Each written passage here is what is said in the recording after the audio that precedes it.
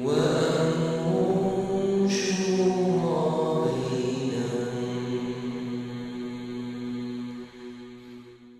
session 4 now. So we talked about permission and the idea that we should take even our voluntary work seriously and seek permission. That's an important matter in just showing your respect to the work that you're doing. Next is a very big subject and very important subject, at least we can introduce it now, is voicing your concerns in an organization. You have a concern, you have your opinion that you'd like to give about something. What are some parameters, some guidelines that you and I have to follow when we give our opinion? What are the ethics of giving our opinion? The first of them, the ayah I want to share with you is from Surah Al-Ma'idah. Ya ayyuhalladhina amanu man yartadda minkum an dinihi. Those of you who have iman, anybody who goes back on their religion, Allah will replace them. فَسَوْفَ يَأْتِ اللَّهُ بِقَوْمٍ. Allah will bring another nation. يُحِبُّهُمْ وَيُحِبُّونَهُ. He will love them and they will love Him. أَذِلَّةٍ عَلَى الْمُؤْمِنِينَ. Their attitude will be, they will be extremely humble to the believers. So before we talk about giving our opinion, we have to understand what it means to be humble to other believers. Dhalil, dhulala in Arabic actually is what you walk all over, like a rug. Like a rug. So we have to let other believers walk all over us.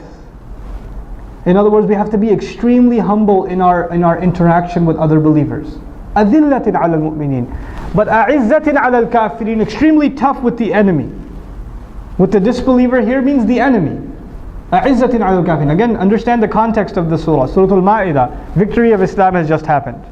Makkah has just been conquered. We have to be tough with the kuffar now. أَعِزَّةٍ عَلَى الْكَافِرِينَ. That's their attitude. But then Allah Azza wa Jal adds the idea of giving opinion. He says, يُجَاهِدُونَ فِي سَبِيلِ اللَّهِ لَا يَخَافُونَ لَوْمَةَ لَائِمٍ. They struggle for the sake of Allah and they don't fear the blame of anyone who casts blame. Please listen carefully. They don't fear the blame of anyone who blames them, the criticism of anyone who criticizes them. They're not afraid of the critic when they voice their opinion. They don't look around and say, what are people going to say if I say this? It's in my conscience. I can't sit on it. I feel like it's wrong what's going on. I should say something, but man, everybody around me is going to think I'm weird, or I'm a troublemaker, or I'm causing problems. So I should just stay quiet. No, you shouldn't just stay quiet. This peer pressure thing, this is against the peer pressure in an organization. Because organizations tend to develop momentum. They start going in a direction and they go full steam ahead. And maybe it's not the best direction. And you in your good conscience realize there's something wrong with this direction. And you don't voice your opinion because everybody's too excited about continuing to go. And the train's already left the station, sort of, You should and you have to voice your opinion no matter what other people say. You have to be courageous about voicing your opinion. But you don't have to be a punk about it either. You don't have to make trouble at a meeting and say, I do not fear, la akhafu fillahi lawmata la'imin. What we are doing is hypocrisy. And no. There's respectful ways of saying your opinion. There's a decent way of saying, look, I'm not too comfortable with this. I don't mean to be trouble. I don't want to be offensive. But how do we justify this behavior? How can we do this, and this? This doesn't seem right to me. And so at the very least you voice your concern. The other thing also is not just about something that's happening that's wrong, but you have a suggestion for improvement. You have a suggestion for betterment. You have a strategic suggestion. You should never be afraid of giving those kinds of suggestions. But here's the thing that will save you or destroy you. If you don't remember it, it'll destroy you. And that is giving a sincere suggestion for the sake of Allah is an act of worship. Giving a suggestion is just like giving sadaqah. There's no difference between giving a suggestion, a sincere piece of advice, and sadaqah. Sadaqah is only for Allah. Advice is only for Allah. If you expect returns in dunya from sadaqah, then Allah does not count your sadaqah. If you expect that your opinion should be taken, that they should act on your opinion, and if they don't act on your opinion, you'll get offended, then you did not give that opinion for the sake of Allah, you gave that opinion for the sake of getting it followed. Then you gave that opinion for yourself, for your furthering, not for Allah. Giving your opinion is the act of worship. The ultimate teaching of that is salat itself. in the salat, I forget that dhuhr is 4 rak'at, or I lost my mind, somehow shaitan got to me, I got up for a 5th rak'at. You're standing behind me. What do? You give your opinion, this is wrong. How do you give your opinion? Subhanallah. But I keep standing and make the full 5th rak'ah. What do? This is not Islam. I'm going to just sit down and make my salams now. Or will you follow along? You will follow along because the discipline of the group is more important than you individually being right. Your responsibility was completed the moment you voiced your concern. If you courageously voiced your concern, now the onus, the responsibility for things going wrong is not on you, it's on the leadership. You did your part. You just make dua, not just for you. Ya Allah, I've given this opinion, accept it as an act of worship to you. And by the way, if we truly have our intentions right, then we should be terribly afraid if our opinion is taken. Not offended when our opinion is not taken. Because if our opinion is taken, then the entire responsibility has fallen on us.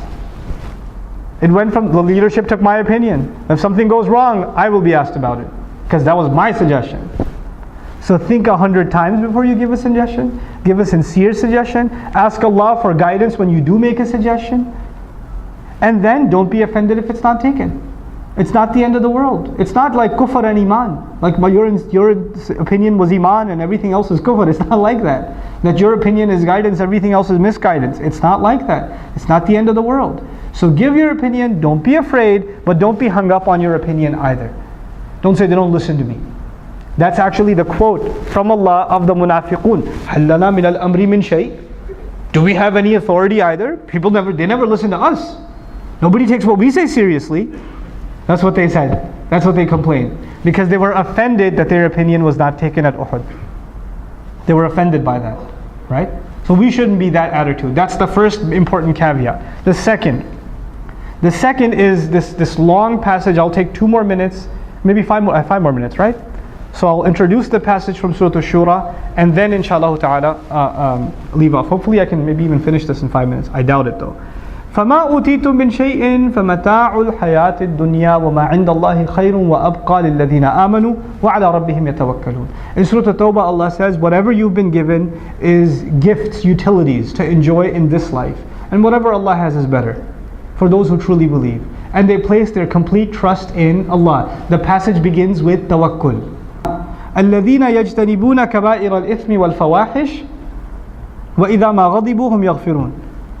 Those who stay away from major sins and all forms of shamelessness. If your opinion is going to be worth something, then you have to be worth something before Allah. Before Allah. And we as workers of Islam, because this passage is about Shura, we as workers of Islam, first of all, we have to get away from major sins. We talked in the previous session about balancing individual worship with our volunteer activities. Now we have to talk about, at least don't be engrossed in major sins. And the one you should look out for in particular is al-fawahish, all forms of shamelessness. That is the one that'll get you. Because shamelessness is from the kaba'ir, it's from the major sins, but Allah pulled it out and mentioned it separately again. So He said kaba'ir al-ithmi wal-fawahish. Even though al-fawahish tashmil fil kaba'ir, it's part of kaba'ir, but Allah separated it anyway.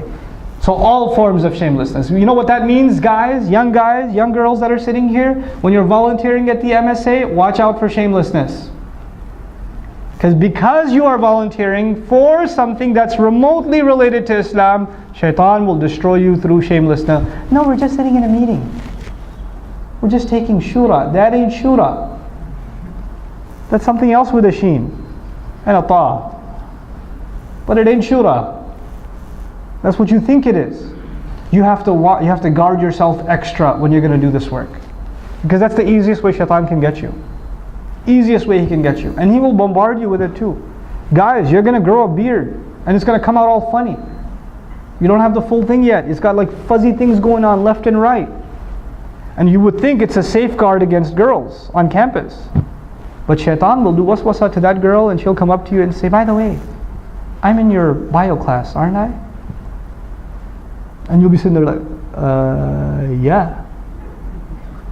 I'm also in the MSA, the president. It'll happen. That stuff will happen. Shaitan will mess with you. He will ruin you.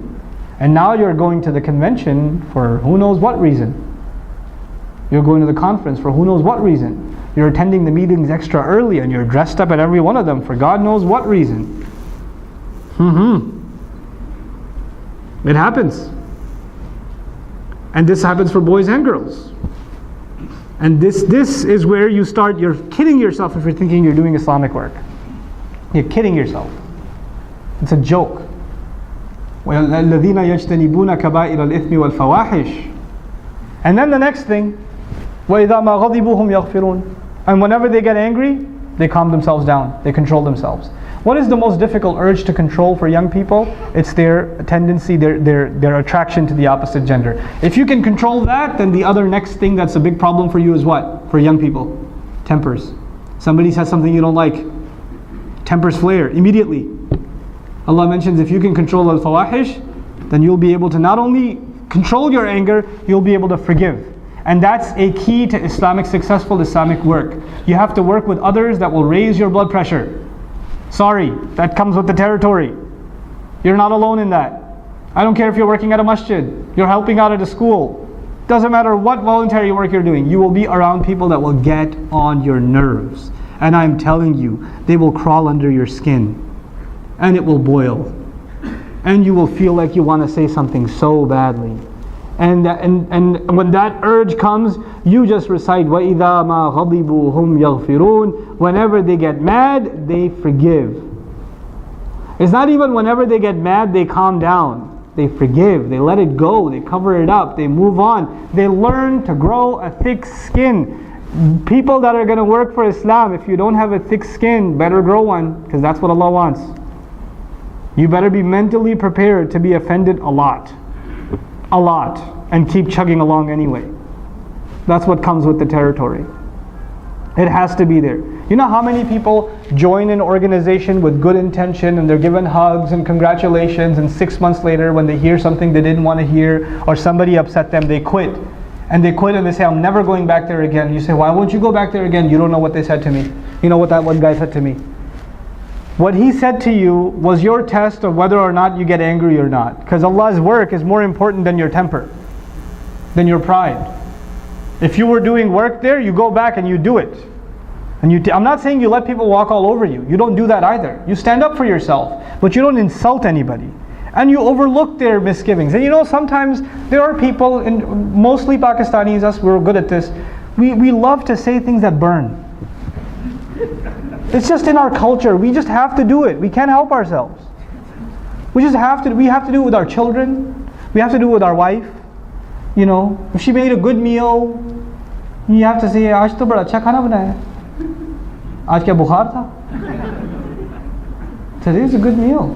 Are you feeling okay?" Because usually it's pathetic. You can't just say it's nice. You can't do it. You have to, And you bring that into the meeting. You bring that into the Islamic work too. You just have to say these little things, and these little things, they add up until a person goes crazy. They keep building up. Farat tanur, the kettle overboils. But you, on the receiving end, just learn to grow a thick skin and take it and learn to laugh it off. Learn to laugh it off. Learn to hear obscene, offensive things and just laugh them off and let them go. That's the way you'll be able to continue to do your work. And those people, I tell you, those people are a blessing. Those people that test your patience, they're a blessing. Because they are the way by which Allah teaches you sabr. If they weren't there, you'd never learn sabr. So at the ceremony at the end of the year, you say, I thank those who helped me and I thank those who made me a more patient human being. Right? Because they're a means by which you're elevating. Really. This is also a part of your rizq. The people that are going to be a challenge in your life. Because otherwise sabr is just a theory. What is sabr if it's not tested? What is patience if it's not tested? And sometimes it's tested by those who are close to us, those we have to work with. Okay. Finally, وَالَّذِينَ اسْتَجَابُوا لِرَبِّهِمْ. And those who have responded to their master. Those who responded to the call of Allah. They knew that there's something more in their life that should be done. وَأَقَامُوا الصَّلَاةَ. However, they didn't forget their original individual responsibilities. They established salat. And of course, finally, وَأَمْرُهُمْ شُورَى بَيْنَهُم. And their decisions are essentially, he doesn't even say وَأَمْرُهُمْ مَبْنِيٌّ عَلَى شُورَى بَيْنَهُم. He says أَمْرُهُمْ شُورَى. Their decisions are consultation among them. He didn't even say their decisions are based on consultation. They just are consultation. All their decisions are consultation. Consultation is not an empty suggestion box which says please put your suggestions here and there's a shredder on the bottom. Shura is not people, brother, if you have a concern please say it in the mic. I think we should have a youth program. Jazakallahu khairan, brother. Next, I think we should have a women's program. Jazakallahu khairan. Jazakallah. Move on. You know, that's not shura, bro. Shura isn't just let people blow their hot air and just say Jazakallah and then do whatever you're going to do anyway. That's not shura. Shura is to take sincere on behalf of the one who's giving shura. We talked about that, right? It better be sincere. It's an act of worship. You don't expect it to be taken. On behalf of the ones taking it, it has to be genuine. You're seriously taking it into consideration. You don't have your mind made up before you go to a shura meeting. Then it's not called a shura meeting. If you have your mind made up already, and any opinion that comes, you're gonna knock it out the park. No, brother, this is this way, this is that way. You're just there to defend your opinion then. That's not shura. Shura means you're open to other ideas. You have not yet made up your mind. You haven't yet made up your mind. And you're going to exchange thoughts, and you're open to the idea that maybe what you had in mind isn't the best, and what the other offered maybe completes it, or a combination of the two can be worked out, or a third thing came that you didn't even consider. You have to go into shura with that attitude, and that's when shura is shura. That's when it really counts for something.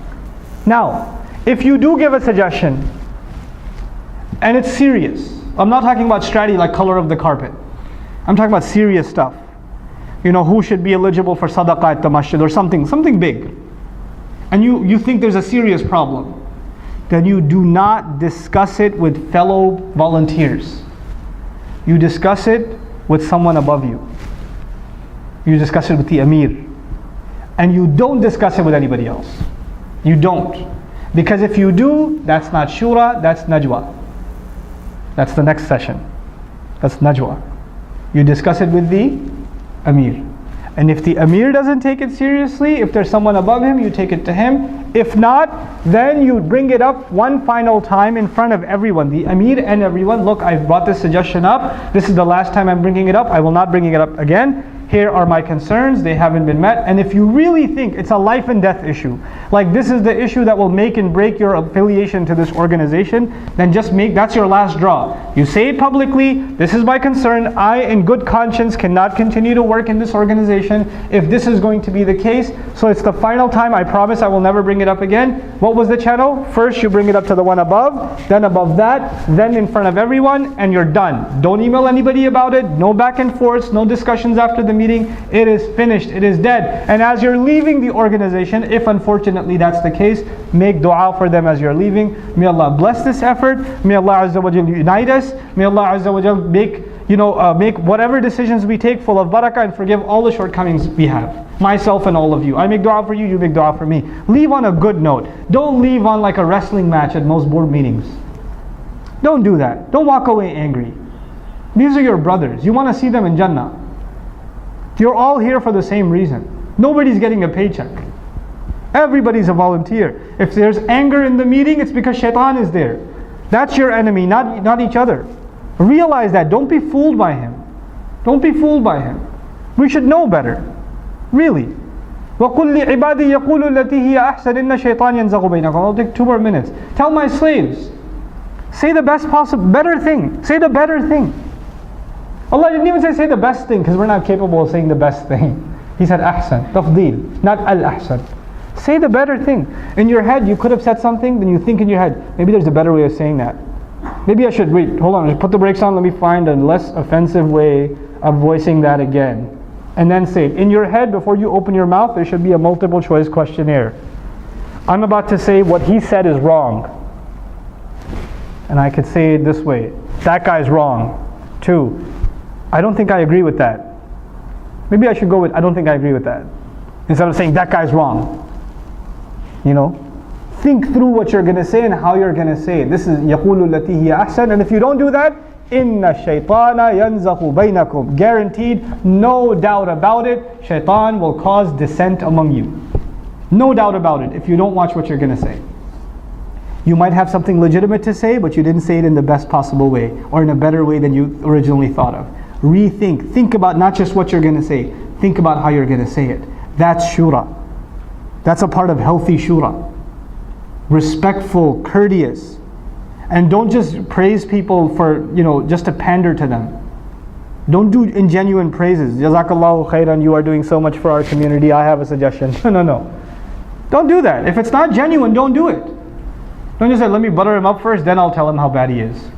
It doesn't work. If it's not from the heart, don't say it. If it's not from your heart, you don't mean it, don't say it. It's better you're quiet. It's just better you don't say anything, okay? So, that's the basics of giving one's healthy opinion and considering all opinions. Inshallah ta'ala, how should a leader consider the opinions? We'll talk about that in the qualities of leadership. I basically have 2 sessions left with you. One of them is what destroys Islamic work, and that is najwa. So we're going to have a najwa session next, inshallah ta'ala. And then after that, we'll have our final session, which is the qualities of leadership. At least some qualities, basic, most important qualities of Islamic leadership as outlined by the Quran. We'll talk about those and conclude our day. Barakallahu li wa lakum fil Quran al-Hakim wa nafa'ni wa iyyakum bil ayati wa dhikr al-Hakim.